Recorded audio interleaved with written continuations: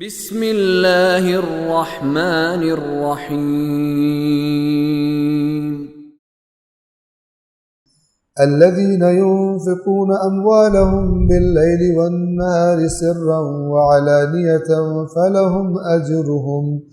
فلهم أجرهم عند ربهم ولا خوف عليهم ولا هم يحزنون الذين يأكلون الربا لا يقومون إلا كما يقوم الذي يتخبطه الشيطان من المس ذلك بأنهم قالوا إنما البيع مثل الربا وأحل الله البيع وحرم الربا فمن جاءه موعظة من ربه فانتهى فله ما سلف وأمره إلى الله ومن عاد فأولئك أصحاب النار هم فيها خالدون 274 الذين ينفقون أموالهم بالليل والنهار سرا وعلانية وہ لوگ کہ جو اپنے اموال کو خرچ کرتے ہیں رات کو اور دن کو چھپا کر اور اعلانیہ.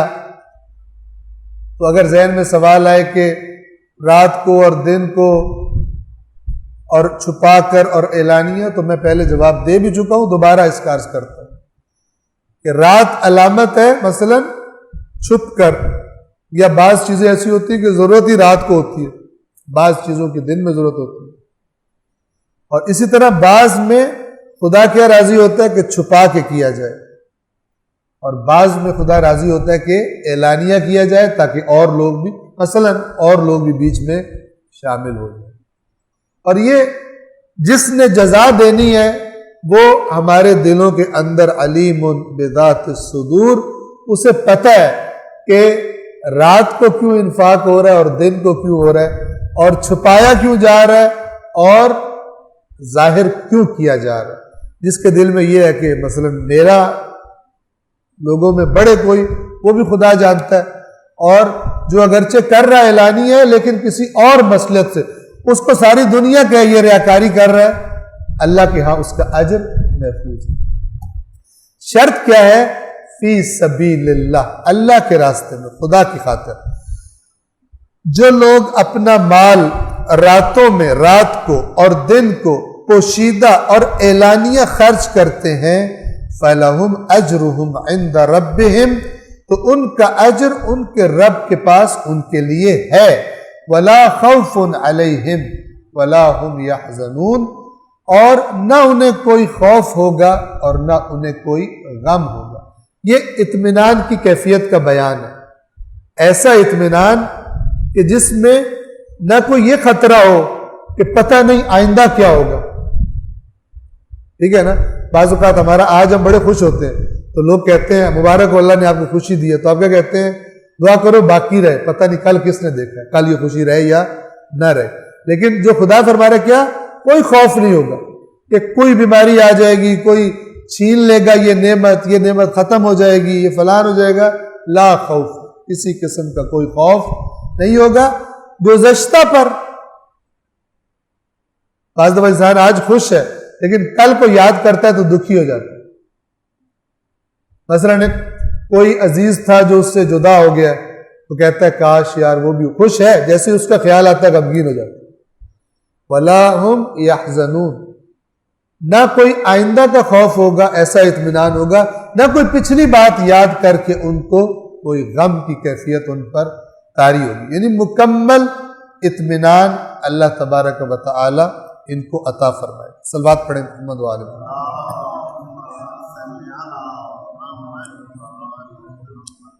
یہ تو تھے انفاق کے احکام اور انفاق کی تاکید اور انفاق کرنے والوں کے اجر.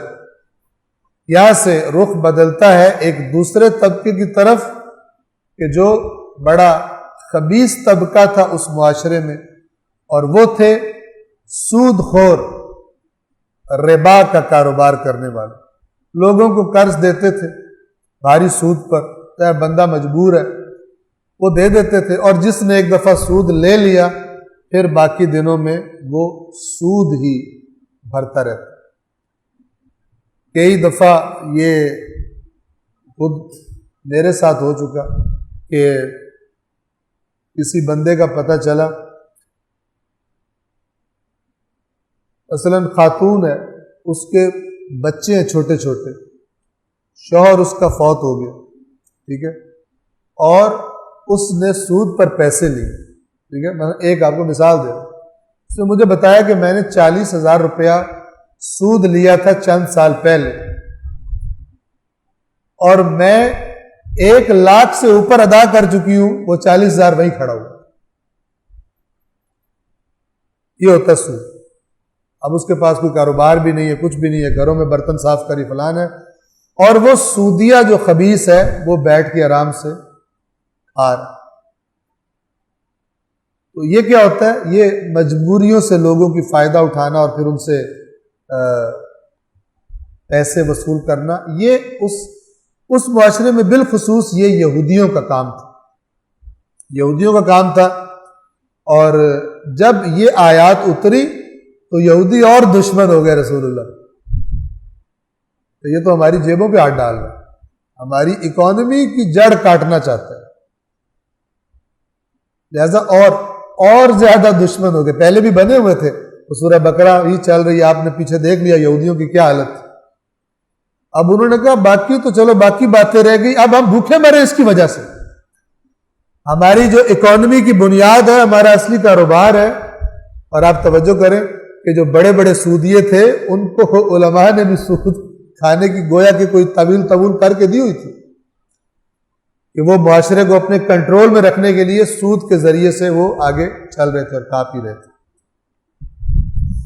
اب جب انفاق کون کرتا ہے؟